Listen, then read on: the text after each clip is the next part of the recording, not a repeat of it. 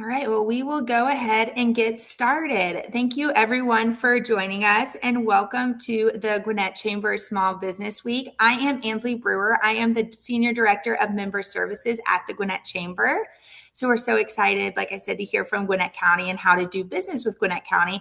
But first, I would like to give all of our resource partners time to speak. These are people who also support small businesses in the Gwinnett community and are resources here for all of the businesses within the community. So we're looking forward to hear from each one of them. If we want to start with Chantel Wilson with Gwinnett County. Good morning, Ansley. Can you hear me okay? Yes. Perfect. Good morning, and thank you so much for having us. And good morning to all the other panelists. I am Chantel Wilson, Division Director at Gwinnett County of the Business Services Division, excuse me. We focus on three core areas: workforce development, small business, which is directly associated with the Gwinnett Entrepreneur Center, and business outreach and engagement. Just to really quickly tell you a little bit about what we've been up to and how this is of value to small business. We are currently doing a workforce assessment and skills gap analysis of the entire county. That's a county-led effort, and we are absolutely doing that with small business in mind and some of the challenges that you face. So we absolutely would love to hear from you if there's something that you'd like to share or if you've got a unique situation that you think we can help to address.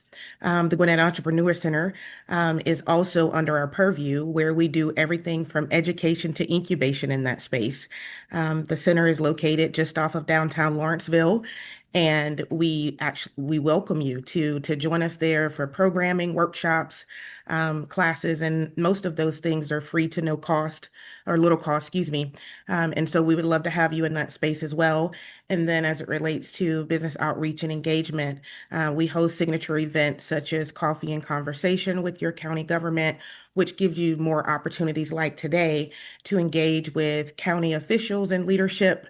And we also host a women's event that we do every March in support of Women's History Month. So we do a lot to engage with the business community. Our primary thing is removing barriers for you. So we've got an entire team of folks within Gwinnett County that work to address issues for small businesses every day. So if there's absolutely anything we can do to support you, we're happy to do it. Thank you, Ansley. Thank you. And we'll obviously hear more from Gwinnett County today. And next we have Alejandro Diaz with ACE Women's Business Center. Good morning, everyone. ACE is a nonprofit organization established in 1999 as a community development financial institution. ACE helps start and grow small businesses in Georgia through capital, coaching, and connection, focusing on underserved people and communities. If you need funding for your business, please contact us. The Women's Business Center is a resource partner of the SBA. We provide a full range of services for entrepreneurs at all stages of planning, implementation, and growth. Please visit www.aceloans.org to view the loan products and requirements and the vast selection of educational resources, webinars, and entrepreneur tools to help sustain and grow your business. And I just realized I don't think I introduced myself. I'm Alejandra Diaz, the program coordinator of the Women's Business Center. Thank you. Awesome, thank you. And we do not have Todd with the Business Development Center on the call. I don't believe so. Todd, if you're hidden in the attendees, please let me know and I'll promote you to panelist. But they also are doing awesome work. Their offices are located at UGA Gwinnett. That's just down the street from the Gwinnett Chamber. So they're a great resource as well. And then finally, last but not least, we have Roman Potowski with SCORE. Hi, good morning, everyone. Yes, I'm with SCORE, SCORE North Metro Atlanta. We serve small businesses north of the city of Atlanta. Although we also go south if we need to. So what we do is, as a nonprofit with over 9,000 volunteers, we do help small businesses to start up and to grow. So we're at the really early stages of your business entrepreneurship journey. Contact us if you need help, which we provide with free one-on-one mentoring, a virtual environment. We do Zoom calls like we're on today so that we're able to match you up with experienced volunteers from your industry and the skill set that you need. We also have workshops that are very well attended. Over 20,000 people attended our workshops last year, and we're on a similar pace this year. So on top of that, we have a resource library, which contains hundreds, thousands of articles, blogs, checklists, e-guides, online on-demand courses. They're free for the taking. You find them at score.org. We want to help you. We also are partners with the Gwinnett Entrepreneur Center. In fact, one of our volunteers, David McCullough, is there on most days of the week. So feel free to, contact SCORE. And we love working with the Gwinnett County Chamber, one of the greatest chambers actually in the country. They're very well known for that. Got tremendous resources. If you're not a chamber member, certainly consider joining. So with that, thank you, Ansley. We'll turn it back to you. Thank you, Roman. And I'll provide contact information from everyone you just heard from. So that way, if you want to reach out to them for their resources as well, you're able to do so. But a few housekeeping things. We will be doing the presentation, but if you have any questions, feel free to put them in the chat. We will have time for Q&A at the end. So when you hear something, if you want to put it in the chat, then we'll address it towards the end of the presentation. But without further ado, I present Dana Garland, and she will be speaking for Gwinnett County today. Thank you so much. It's so great to see everybody on the call. I really do appreciate the opportunity to get on here.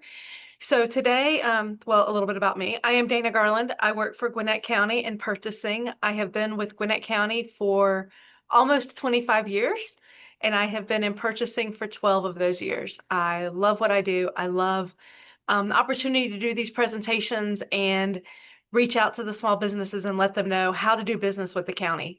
We want everyone to have the same opportunity, and we want to be able to teach you how to do those things. So hopefully through this presentation, I'll be able to show you the ways that you can learn about the county, what the county guidelines and policies and dollar thresholds and all of that is, so that you will have that opportunity.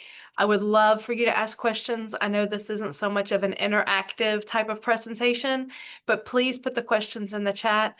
Ansley, if somebody asks something and I'm on a slide where I need to answer it, please feel free to just interject and tell me that question then.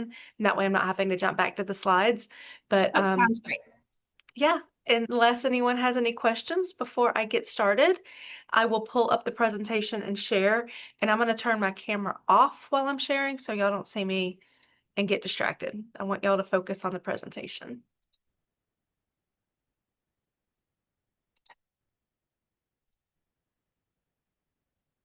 And let's see, give me just a second. I'm sorry.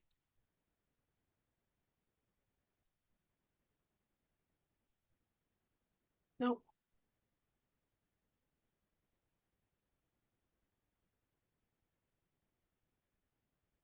Okay, can you see the right screen? We can see your entire screen. So it's not just one slide, it's multiple slides and comments. I always struggle with getting these settings right. I'm sorry, give me 1 second. And now it's, now it's on.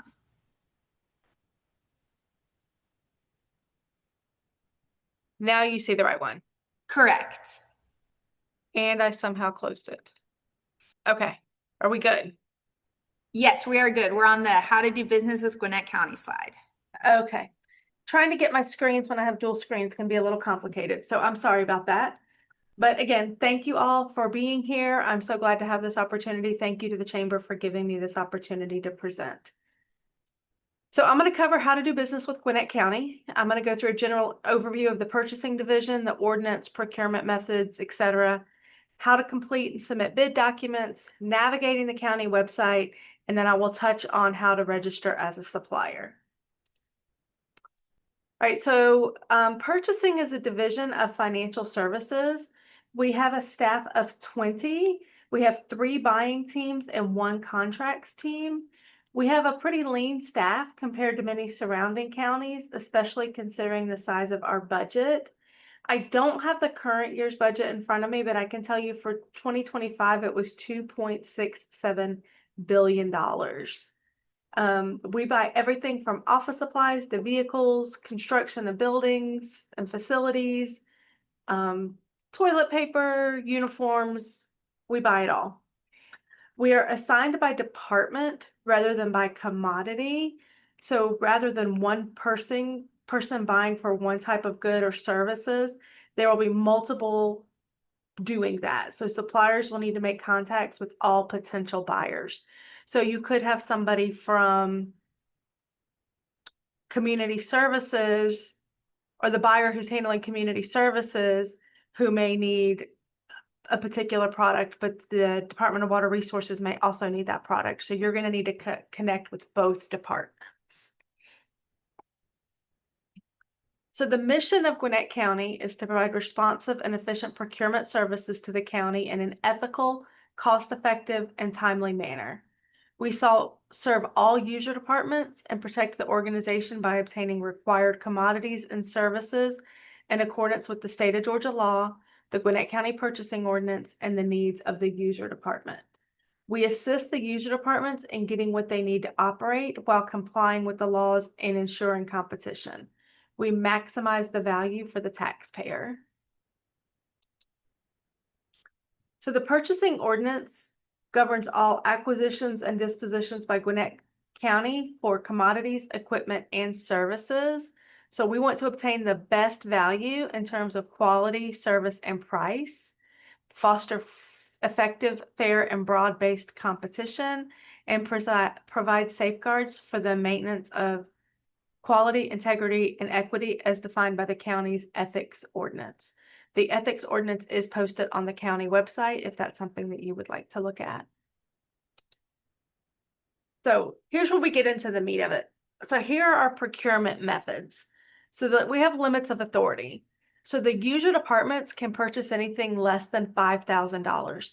A lot of times that's where the small businesses fall that reach out to me, want to sell something to the department. But if it's less than $5,000 and it is not already part of a current contract, we will not see it. It will not come to us. The department can handle that completely on their own. So purchasing division, we're going to handle the things that are over $5,000. And if it's between 5,000 and 100,000, it is something that we can handle in purchasing that does not have to go before the board. If it's greater than 100,000, it will have to go before the board. So for those in the user department threshold, purchasing only requires one quote. This can be done with a P card. A lot of these purchases fall within the P card requirements. So most P card holders have a single transaction limit of $5,000. So again, this encompasses many of the purchases made by the county and illustrates how crucial it is for the suppliers to make contact with the user departments and the staff members who are making these purchases. One question I get a lot is, how do I make these connections? I can direct you on the website to where the phone numbers are, to where you can call, but that person may not be the person that you need to talk to. They're going to have to direct you to somebody else. I highly, highly, highly, highly, highly recommend everybody who is available to attend our in-person supplier networking and resource fair next Thursday, May 14th, from 8 to noon at Gas South. I will show a slide at the end that gives you some information and a QR code to where you can go to register. I'm probably going to reference that several times through this presentation, but that will give you the opportunity to meet these departments face to face and talk to the individuals who are either the decision makers or can give you the direct contact information for those decision makers. So it's a great opportunity. And we also have a lot of the resources that spoke before me. They will be there. And then we're going to have a whole section of outside department or outside agencies that are going to be there, other counties, other government entities that are going to be there for you to connect with and find out how you can do business with them. So to get back to the slide, if it's over $5,000, 3 quotes are required. Purchasing will obtain those quotes through an IWQ or a PA. So an IWQ is an informal written quote. A PA is a price agreement. A PA is just an informal written quote that has options to renew. So if it's over $100,000, I'm sorry about that. If it's over $100,000, competitive sealed bids or proposals are required and BOC approval is required. Formal solicitations are posted on our website and the Georgia Procurement Registry. posted on in the Gwinnett Daily Post and on the TV in the atrium of GJAC. The BOC has public meetings on the first and third Tuesday of most months. The schedule's changed a little bit this year. It's not every third Tuesday, but it is every first. The calendar for that is on the county website as well. These meetings are open to the public. They're available to stream on our county website and streamed on the Gwinnett cable channel. Bids, we require provide exact specifications with minimum requirements. Cost is the determining factor. We will award to the lowest responsive and responsible bidder. For an RFP, there's no clear or defined specs. Cost is not the primary factor. This allows for introduction of methods and approaches for this project. This is awarded to the highest scoring firm. Cost is a factor, but again, it is not the determining factor. It may be 10 or 20 out of 100 points. The documents required depend on the type of the solicitation or procurement, and all required documents will be included as part of the solicitation. So if we are requiring some of the forms I'm going to show in a moment, references or an E-Verify form or a Code of Ethics form, those forms will be included in that solicitation. So it'll make it very clear what is required to return to us. Are there any questions on this slide before I go on? There are not any questions pertaining to a slide. There is a question about, will this recording be sent out after? And I don't have an exact answer. We typically do post recordings to our YouTube channel. And so let me get an answer from our marketing team and I will get back to the answer on that. But nothing about this slide in particular. Okay, perfect. Thank you. Okay, so the department role. So these are the majority of the departments that we support. There have been some changes in some divisions that have become their own department that aren't necessarily listed on here, but this is a pretty comprehensive list of our user departments. So it's these user departments plus courts. And again, each department is assigned a buyer. It's important to make contact with the appropriate buyer as well as the appropriate contacts in the user department. The user department is going to be the one that determines the need and initiates the purchases. So a lot of times suppliers reach out to the buyers, reach out to the managers, and want to meet with us to tell us about their product. And while we would love to meet with everybody, we aren't the ones who make those decisions. So it's really in your best interest to make those connections with the departments and tell them about your products so they can make that decision. Once a department makes that decision, they inform purchasing of their need and they create the draft specifications. Purchasing executes the process. We don't determine the need. We do not initiate the purchases without prior request from the department.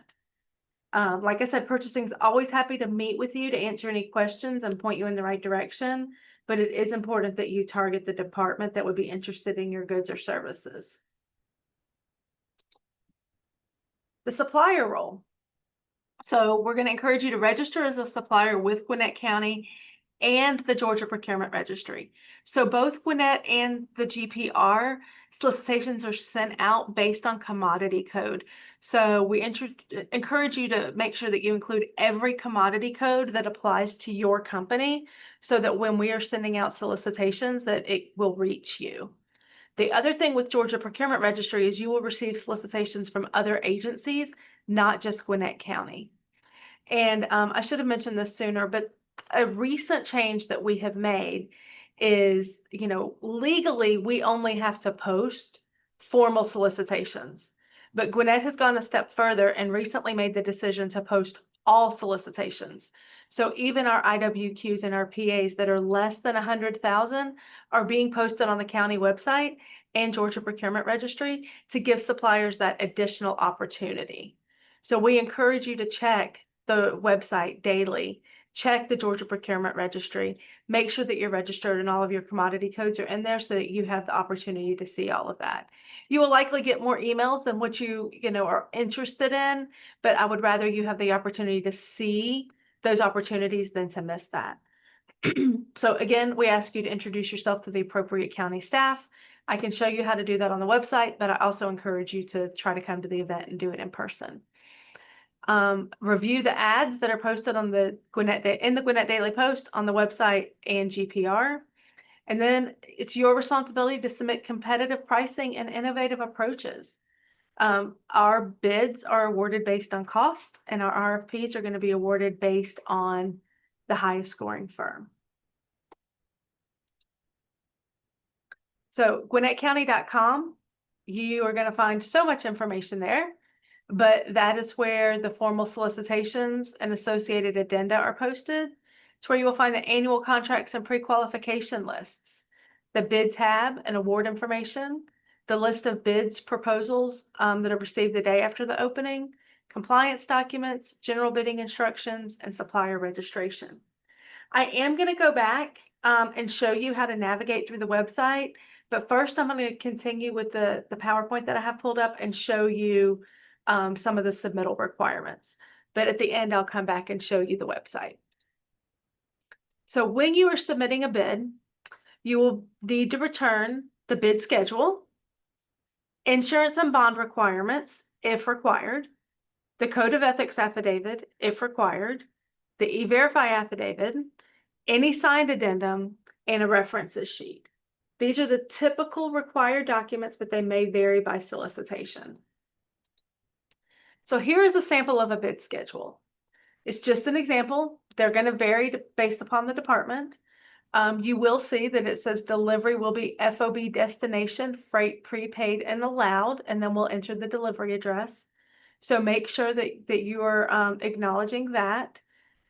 Delivery ARO, I always get a lot of questions about this. So this stands for after receipt of order. So if we are asking for a product, we're asking how long it's going to take us to receive that. That's how long will it take for us to receive that item after you receive the purchase order for it. So is it 2 days? Is it 2 weeks? Is it 16 weeks? It's all going to vary depending upon what the product is and what the need is. But that's where we're asking you to provide that. Some solicitations will have a requirement in there. So you may see like a note stated here, right below the table that says, note, all items must be received by December 31st. So if it's the end of the year, if there are certain grant funds involved that require us to have it in hand, if it's for a specific event, like I have some bags that have to be received this week because our event is next week and we have to have time to prepare. That information will be posted here. That information can be used in determining award. If we say we must have it in hand by May 8th, and you tell us it's going to be June 19th, you're going to be deemed non-responsive. So that delivery ARO is very important in determining, and sometimes determining award. Please make sure that you sign where it says certification of non-collusion. Then down here, it will say that pricing must be held firm for 90 days. So if you are submitting this bid to us, you are agreeing to hold that pricing firm for 90 days. And in a formal bid, that gives us time to review the bids and take it to the board for award. And then it's very important that this information here is accurate, so we have the proper contact person. If you submit this and there's a contact number on here, and there's no extension and there's no way for us to actually reach the person who signed it, it's going to be difficult for us to reach somebody to address any questions that may come up. So make sure that all of this is accurate information. Dana, Insurance and bond. Sorry, Yes. we have a few questions. Yes. So our first question is, in which department does the Gwinnett Entrepreneur Center fall under? Chantel, is that planning and development?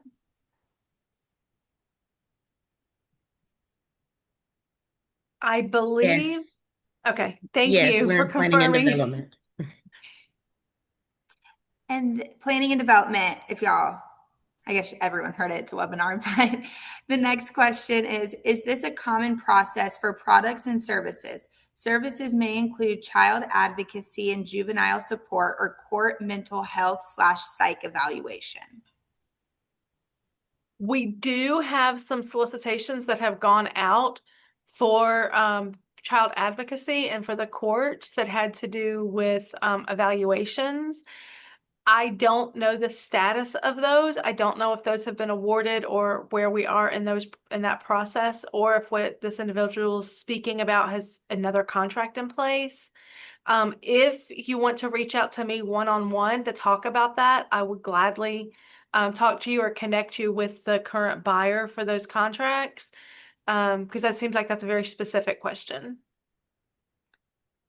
And then our last question for now, how do you get bond requirements? Everyone I called said you have to have the project first. Okay, so if you are reaching out to get a bid bond, that's going to be different than the payment and performance bonds. So the bid bond, which was on my next screen, so great segue. The bid bond is a bond that you would submit with your bid, confirming that you can actually, fund that project. Then if you are awarded, then you would be asking for the payment and performance bonds. The payment and performance bonds are not required until after the contract has been awarded to you. So I hope that answers that question. If not, let me know. So that is all of our questions. And Chantel put information for the Gwinnett Entrepreneur Center. Oh, that was to us in the chat. I don't know if that was for everyone, but we'll still send information at the end. But all right, we can continue. I think those are all of our questions for now. Okay, thank you. So insurance will be required when providing services on county property. When we put out a solicitation, if insurance is required, the specifications will be there. So it will be your responsibility to read through those, make sure that you can meet those requirements, or if you need to acquire the insurance, that you include in your pricing what that is going to cost you as a company. And then we will require the certificate of insurance prior to award of the company we are looking to award to. You do not have to provide a certificate of insurance with your bid. If, when reviewing the bid prior to the question deadline, if you feel that there is something restrictive in those requirements, please reach out to the buyer. Please do it prior to the question deadline. That gives us an opportunity to go back to the county risk manager and ask, hey, can these be modified? It is not a guarantee that we will be able to change it, but we don't know that it's a problem if you don't let us know, and we would rather us try to address it up front and give you that opportunity to bid than for you to say after you didn't bid because of the insurance requirements.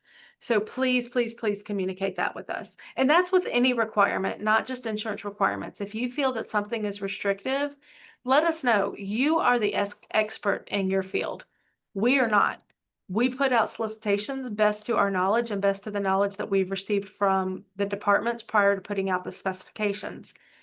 But if you come back and you say that's not reasonable, let us know so we can address it. But please let us know that before the question deadline. Bonds are not required for all projects, but they are required for all public works contracts. The bond forms and the requirements will be included in the solicitation. The bid bond must be submitted with the bid. If the bid bond is required and you do not submit that bid bond with the bid, you will be deemed non-responsive. Sometimes if you're missing an affidavit or if you're missing a reference form, missing a signature, sometimes we can work with you on that. But the bid bond is a hard line that we cannot accept a bid bond after the bid opening. And like I said before, the payment and performance bonds are submitted after award. So a couple of mistakes that we see a lot. With the insurance requirements, we require general, auto, umbrella, and workers' comp. And a lot of times some of those are missing, or we're missing the additional insured or the waiver of subrogation requirements. So make sure you look at those requirements closely. A lot of people actually send those requirements to their insurance agent to make sure that they do match up, or ask us questions. The other thing is on the bond forms, they commonly have an issue with the signatures. So on the signature page, there's 3 signatures for your company and then 3 signatures from your bonding company. Those 3 signatures at the top must all be from different people. Those 3 signatures at the bottom must all be from different people. The attorney cannot sign in 2 places. It must be 3 separate individuals who sign that. All right, moving on. Code of ethics. The Code of Ethics affidavit was adopted by the Gwinnett County Board of Commissioners. This affidavit is a requirement of that ordinance. This form is to disclose any relationship between the vendor and the elected official. This must be included with bids and RFPs, so anything estimated to be over $100,000. This must be notarized. We can't just accept a digital signature as an affidavit. It must be notarized. Once the bids are received and the RFPs are received, the completed forms are posted on the county website. All contractors and subcontractors performing work on county contracts involving the physical performance of services or labor greater than $2,500 within the state of Georgia must participate in the federal E-Verify system.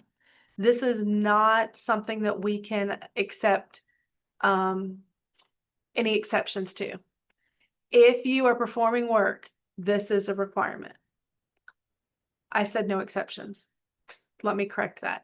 If you are a sole individual, you do not have any employees, there is an exemption for that. But if you have any employees, this is a requirement.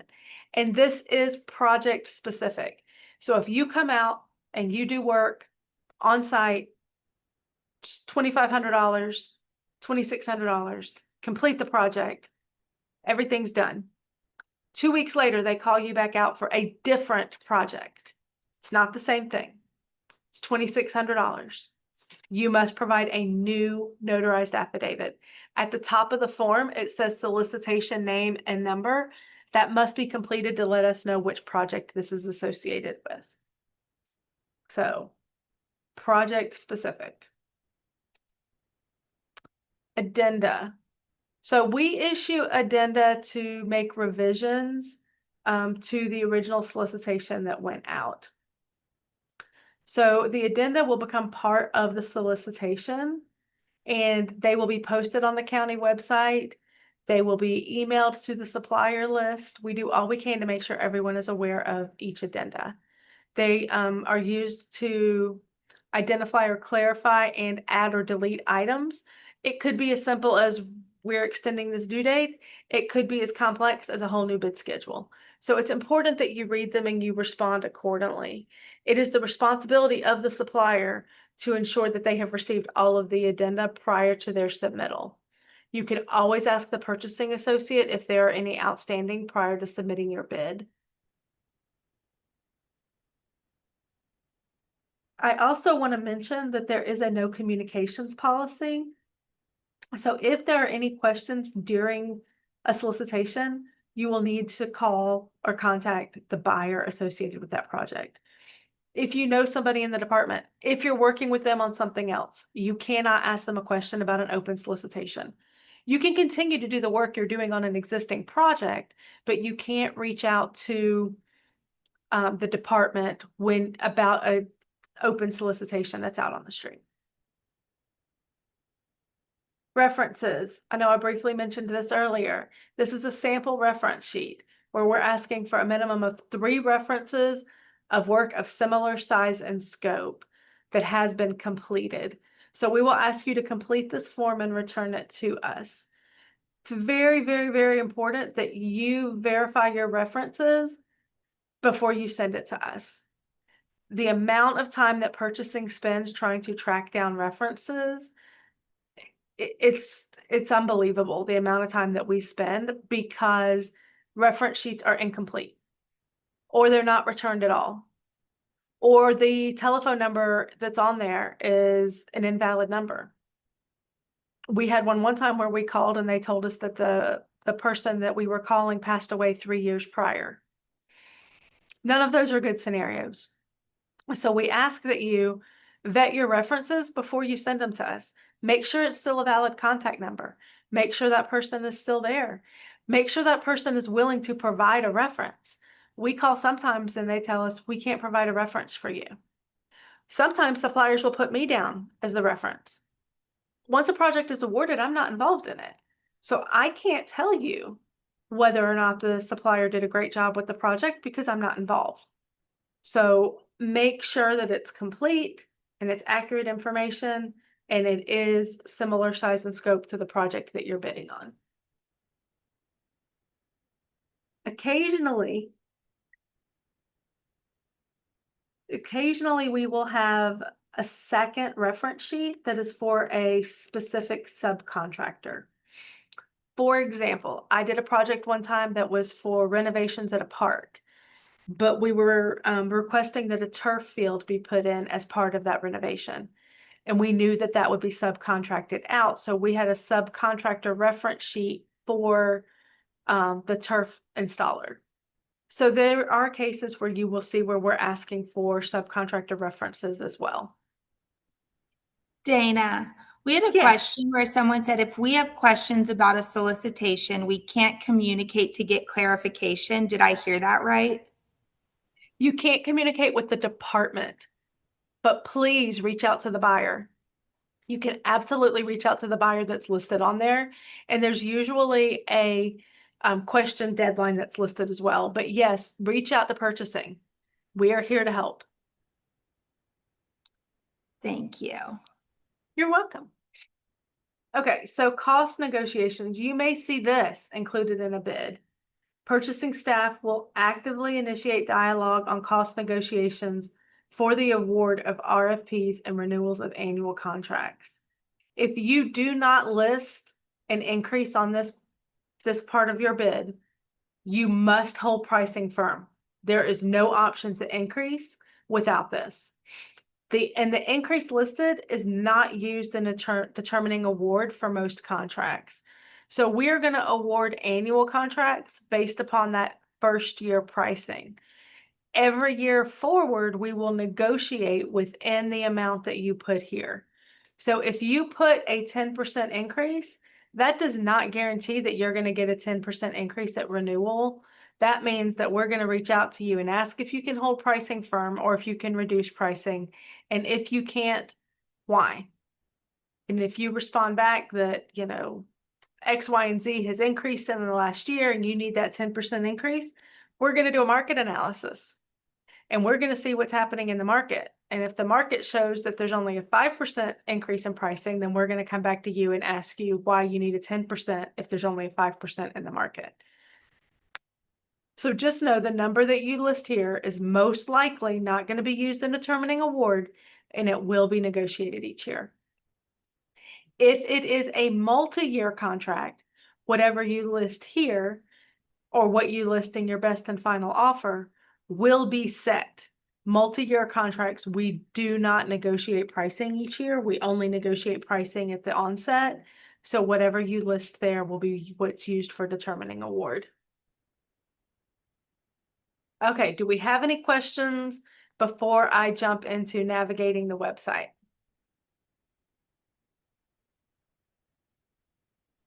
I don't see any questions right now, but if anyone wants to comment, now is your time.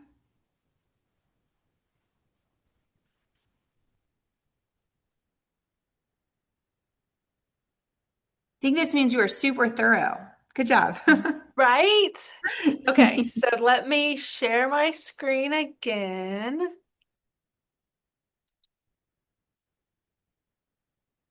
If I can get it right this time.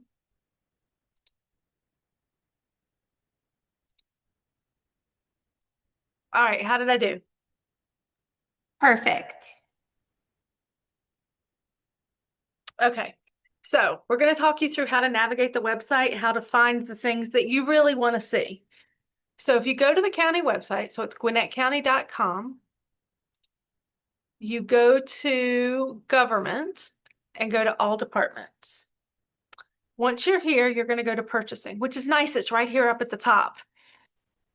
Sorry, I keep getting pop-ups. So you go to purchasing. So this is the purchasing main homepage.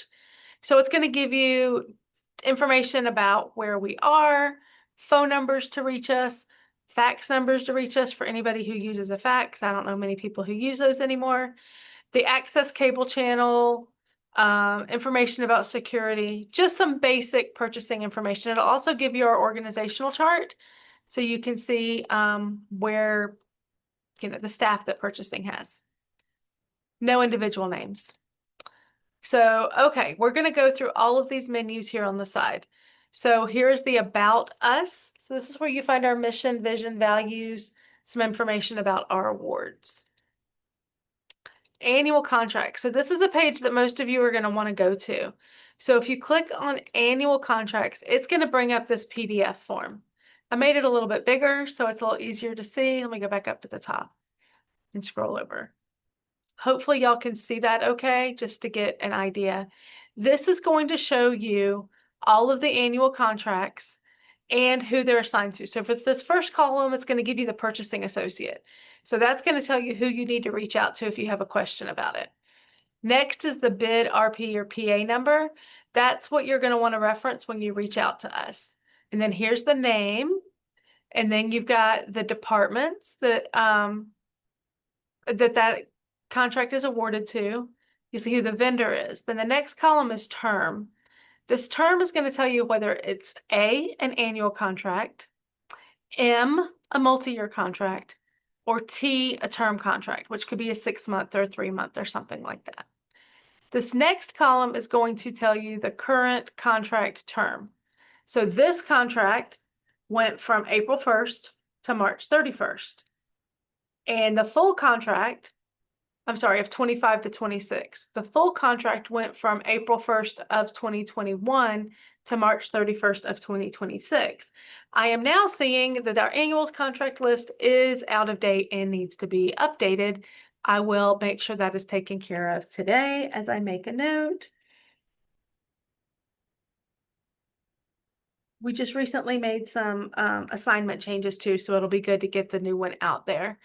But this is a good place to go. Now, what I would recommend that you do is do Control F so you can search for what you want, what your business is. So let's look up business cards. So you go down here, you'll see that it's awarded, or the buyer's Jenny Coleman. It's PA 003 22, purchase of business cards. It's for the Department of Communications. It's awarded to DBH Printing. It's an annual contract. And the current contract is from March 4th of 26 to March 3rd of 27. The full contract goes through 2027. So that means that next year, this contract will have to be rebid because there's no renewal options. So if you were interested in doing business cards, you could reach out to Jenny and say, hey, that's what my business is. Please put me on your vendor list so that when this rebids next year, it goes out to me. So these dates are going to give you a lot of information. It's going to help you find what it is that your business may do. This is updated on the website monthly.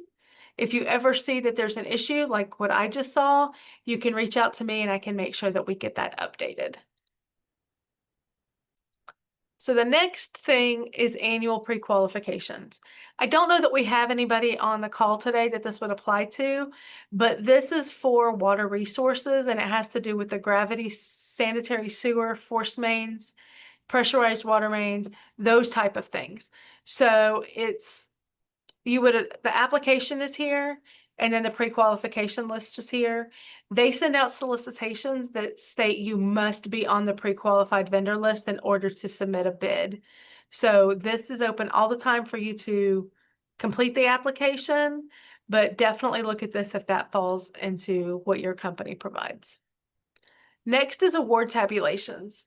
So when something is awarded, that information is posted here. So there have been some rejections lately, so I just scrolled past all of those. But here you can see an award tabulation, and it tells you when the bid was received, what amount it was awarded for, and then it shows you the bid tabulation so you can actually see the itemized pricing. I'll make it a little bit bigger. The itemized pricing per vendor who submitted a bid. So all of this information is out there on the county website. Then below award tabulations, you find solicitations. So here's where you're going to find all the bids, RFPs, PAs, and IWQs. We've recently updated our website so you can search. If you're only interested in one-time quotes, you can select IWQ and you can see what the IWQs are. So you can see all of the ones that are posted out here right now. If you just want to see price agreements, you can see that. If you want to see bids, you can see that. Public safety uniforms, that's a huge bid that's out right now. So this is how you see the breakdown of what's currently available. And after a bid opens, we post the responses out here. Now, these are apparent results. So this is, we opened the bid, we read the numbers out. We didn't check the math. You will be amazed at the mathematical errors we see.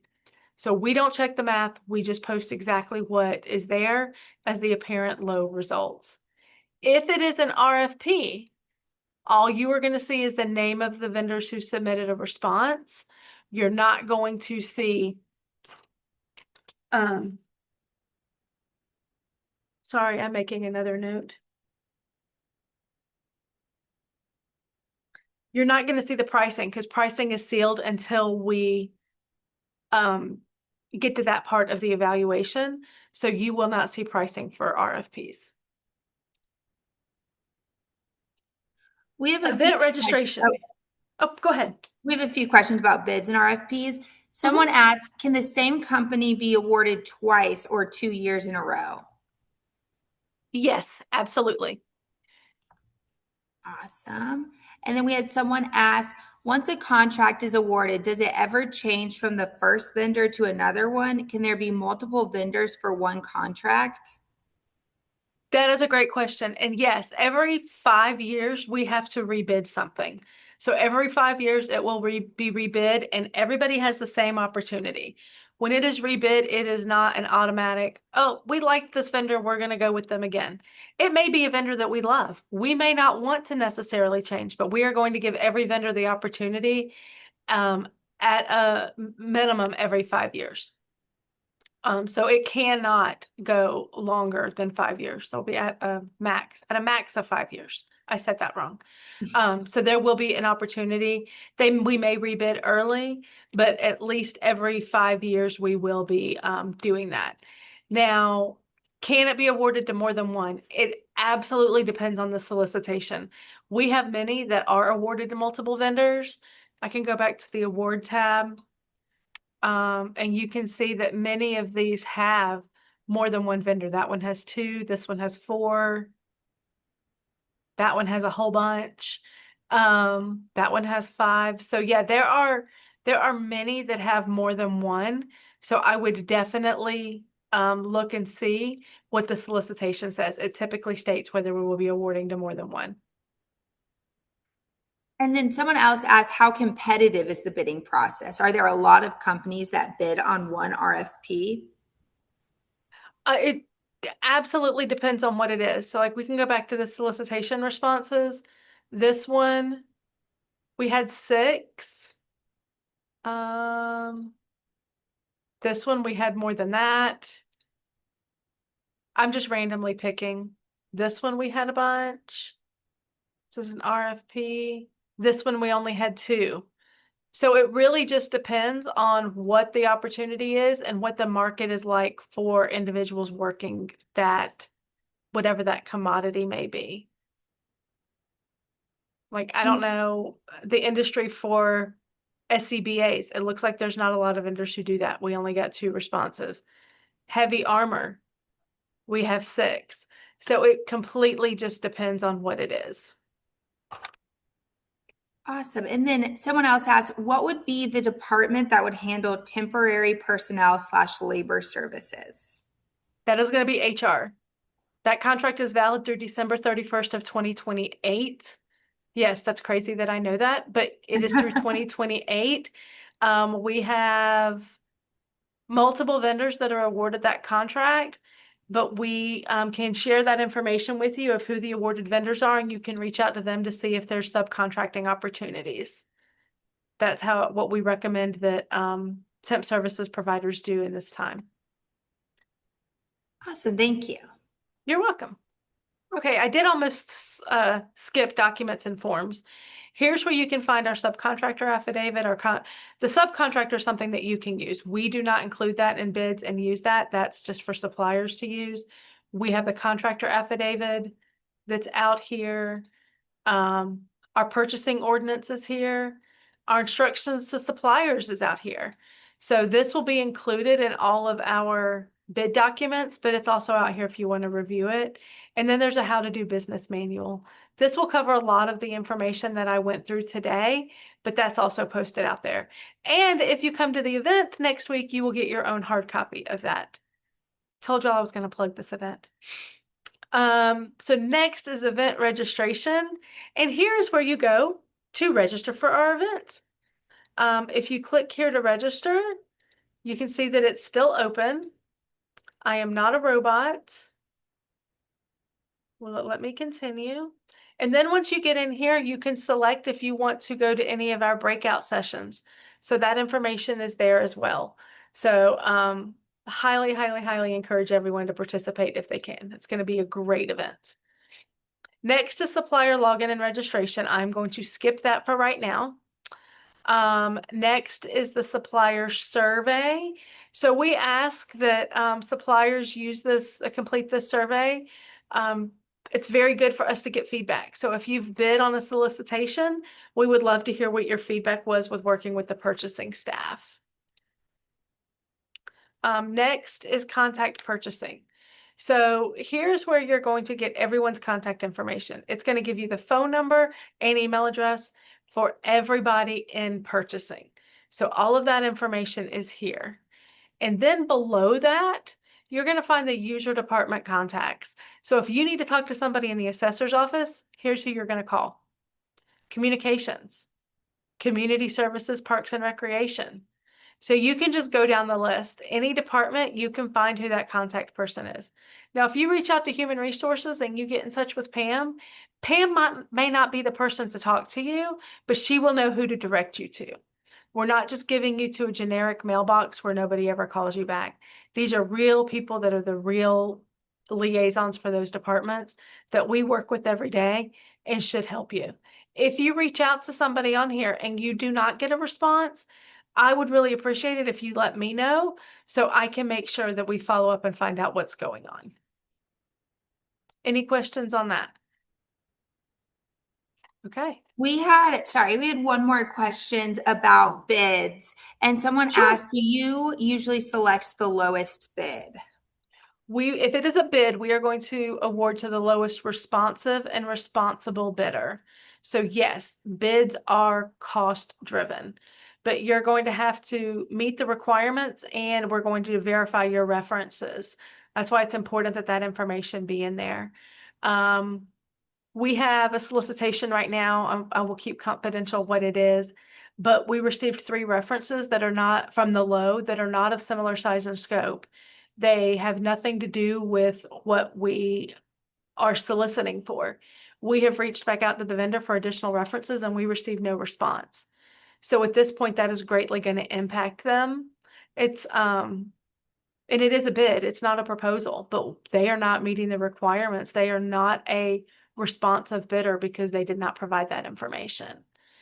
So, it's not clearly going to award to the low. We're going to look at making sure they're responsive and responsible prior to. Someone asked, please recap when in the process you need to secure insurance and what types of insurance are needed. Okay, so the actual solicitation is going to include the type of insurance that's required. So let me go back and find one. Let's look at this one. Sorry if I'm making y'all dizzy while I scan.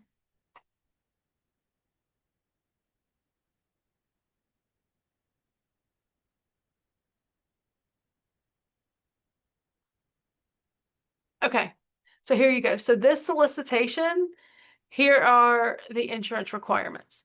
So it's going to go through and tell you for general, how much you need to have, for auto, what you need to have, workers' comp, umbrella, builder's risk if it applies, property insurance, general liability, or professional liability. So this goes through and it tells you everything that you need to have for professional services insurance requirements for a project less than $5 million.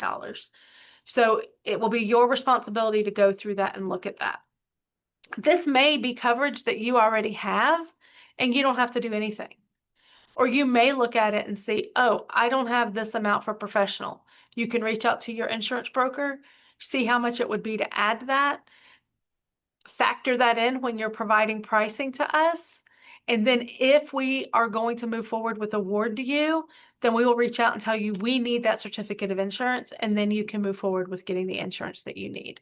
So if you do not have it at time of bid or time of submitting a proposal, as long as you are prepared to do that and have factored that into your cost, then that's great.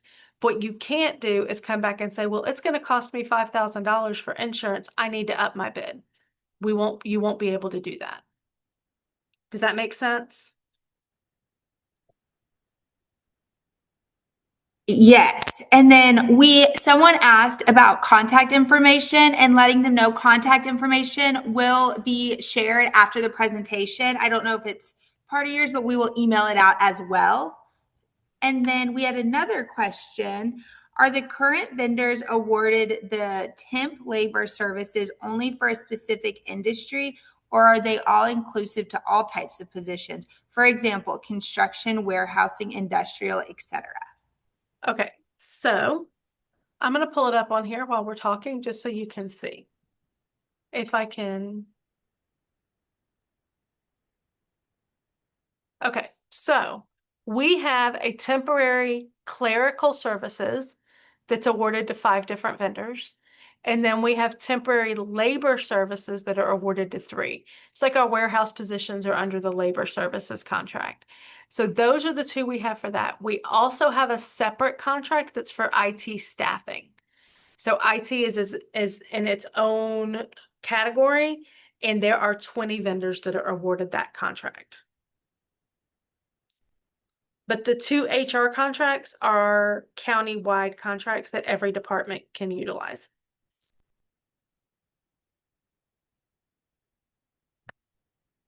Any questions on that? Someone asked, what should we bring along with us to the purchasing event? Business cards, pen and paper to take notes with, and that's about it.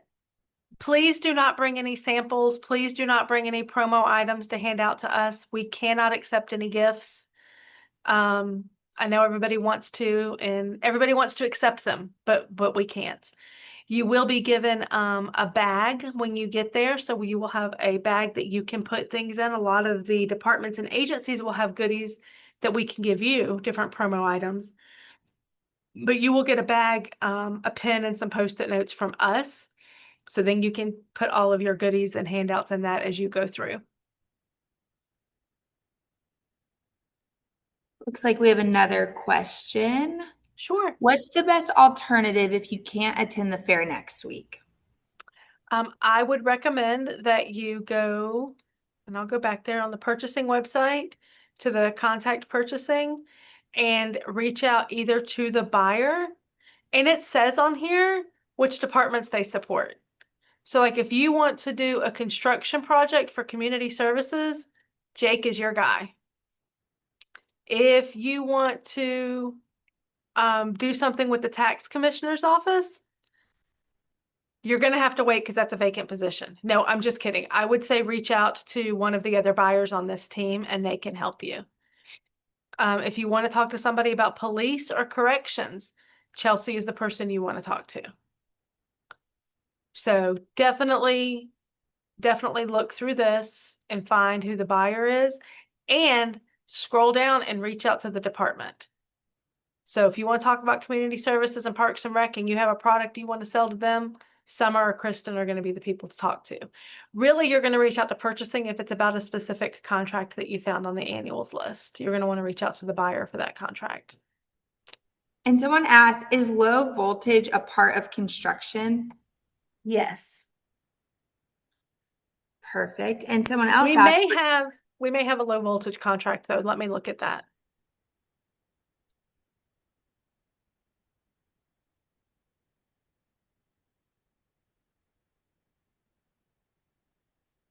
No, we don't. So it would just be part of the construction. We do have an electrical contract. Perfect. And someone else asked for training services across departments. Which department is the best to contact? That is a great question and a question we get a lot. You're going to want to talk to the individual departments that you want to do the training for. A lot of people want to reach out to HR for training, but training is actually handled at a department level. It's exempt from the purchasing ordinance, so any department can do the training that they want to do. Perfect. Oh, we got another one. I'm sorry if this info is already given, but I am a co-owner of a home health agency that provides nurses for medically fragile individuals, including children and adults. How does one do business with the school system? The school system is separate from Gwinnett County Board of Commissioners, so you would need to reach out to Gwinnett County Schools specifically. I can tell you they will be at our event next week. They will have 2 tables in the center of the room. So I would definitely recommend that you connect with them in person next week. But yes, they are a separate entity from us. And that's all the questions I'm seeing right now. Okay. Oh, So that the same next, person asked, what are those event details? So could you show them where on the screen to go again? yes, so once you go to the purchasing page, you're going to go to event registration. And then you're going to scroll down and do register here. But the event is next Thursday from 8 to noon at the Gath South Convention Center. But please Perfect. register ahead so we have an idea of how many people we're expecting. And then someone asked, do you recommend reaching out to current contracts for subcontracting opportunities?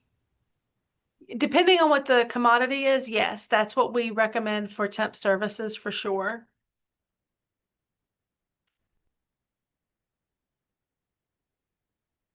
Perfect. That's all the questions I'm seeing right now.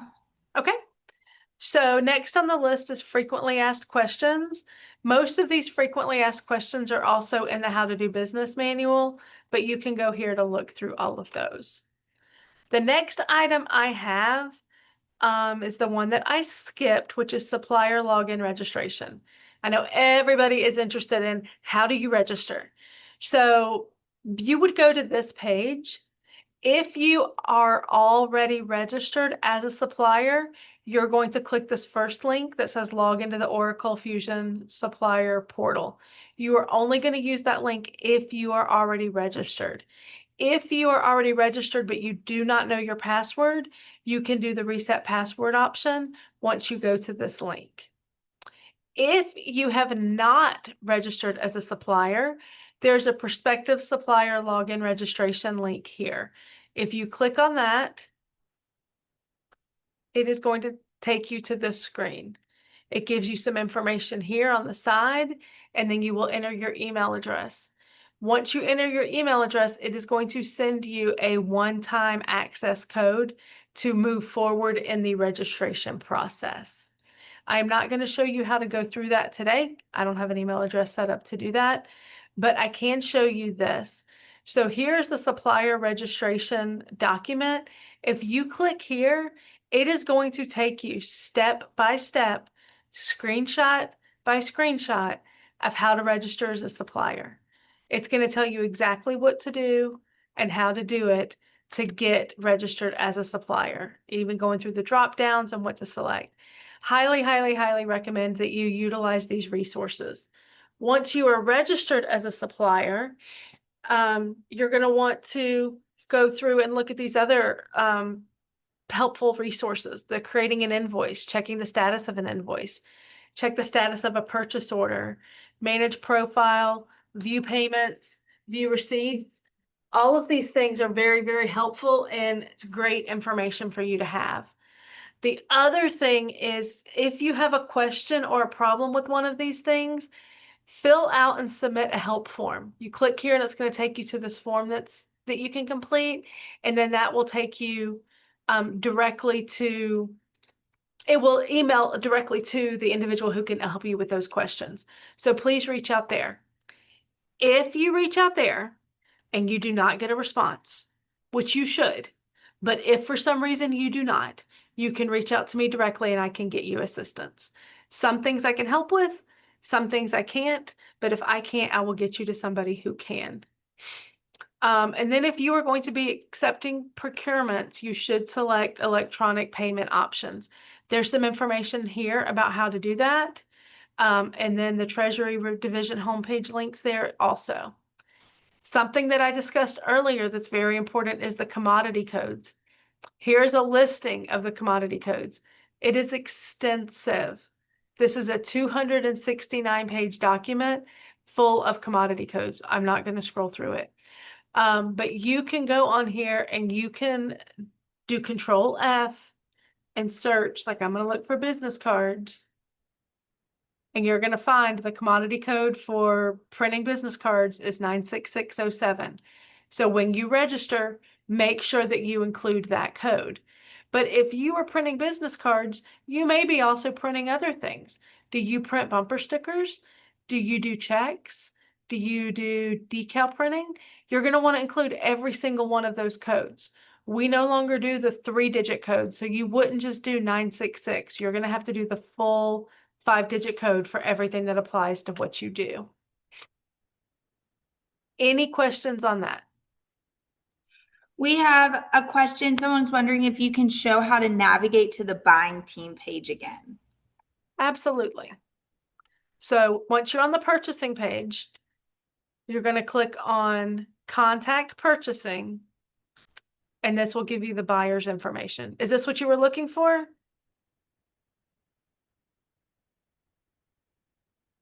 If that person can throw in the chat, if that is what they, oh, yes, they said yes. Okay, perfect. Thank you. And then I had someone ask if there will be breakfast or refreshments at next week's event. If so, they own a local Smoothie King and can bring items. We do appreciate the offer. The facility that we were at will only allow us to do food and drinks using their on-site resource. So while we do appreciate the offer, we have that covered. There will be some breakfast pastry type things available and water and coffee. And then I had someone else ask, are commodity codes similar to NAICS? I think they're similar, and there's their NIGP codes as well. I don't know if it means the same thing. That is a great question. I'm Googling.